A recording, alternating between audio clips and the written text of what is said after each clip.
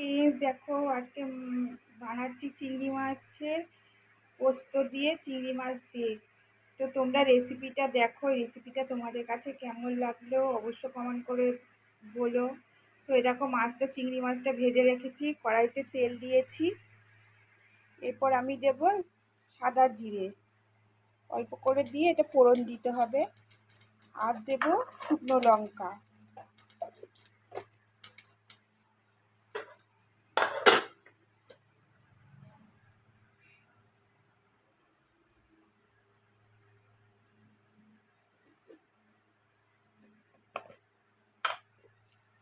শুকনো লঙ্কা তোমরা দিলেও পারো, না দিতেও পারো, আমি দিলাম তাও।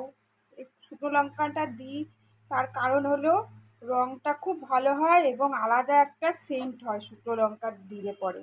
তোমরা স্কিপ করে দিতে পারো, শুকনো লঙ্কা নাই বা দিতে পারো। তাও আমি দিয়েছি, দেখো শুকনো লঙ্কাটা দিয়েছি। এরপর যে বাকি যে মশলাগুলো আমি রেডি করে রেখেছি, এখানে আছে পেঁয়াজ, রসুন, আদা, আদা, আর হলো পোস্ত আছে, আর আছে হলো সর্ষে। তো সব রকম মশলা আমি এখানে পেস্ট করে রেখেছি। এরপর আমি এই কড়াইতে দিয়ে দিচ্ছি।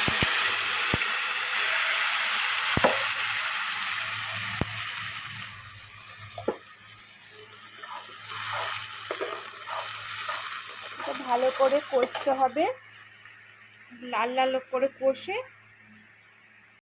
দেখো মশলাটা ভালো করে কষে গেছে। তো এর মধ্যে এখন আমি দেব লবণ, দেব খালি মশলাগুলো দিয়েছি, লবণ হলুদ কিছুই দেওয়া হয়নি। তো এখন মশলাগুলো দেবো। দেখো লবণটা পরিমাণ মতন তোমরা দেবে, খুব সাবধানে দেবে লবণটা। লবণ বেশি হলেও ভালো লাগে না, কম হলেও ভালো লাগে না। তো এর মধ্যে অল্প জিরে দেবো, জিরের গুঁড়োটাও আমি দিচ্ছি। তো দেখো হলুদও আমি দিয়ে দেব, পরিমাণ মতন দিও হলুদ। আর দেবো কাশ্মীরি লঙ্কার গুঁড়ো, অল্প করেই দেবো। দিয়ে মশলাটা ভালো করে কষতে হবে।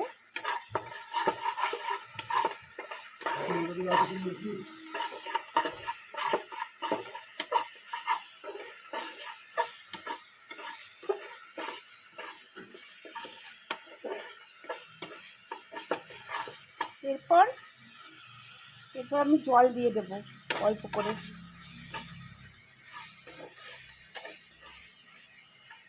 তো তোমরা এরমভাবে চিংড়ি মাছ বাড়িতে রেসিপিটা করে খাবে, এত দারুণ হয়, মানে চিংড়ি মাছের মালাইকারির থেকেও বেশি সুন্দর হয়। এটা তোমরা বাড়িতে অবশ্য বানিয়ে খেও। তো এরকম আমি জলটা দিয়ে দিচ্ছি। জলটা পরিমাণ মতন দেবে, বেশি ঝোল দেবে না, অল্প করেই আমি জলটা দিয়ে দিলাম। তো এবার মাছগুলো আমি দিয়ে দেবো কড়াইয়ের মধ্যে। মাছগুলো দিয়ে এবার ঢেকে দিয়ে দিতে হবে।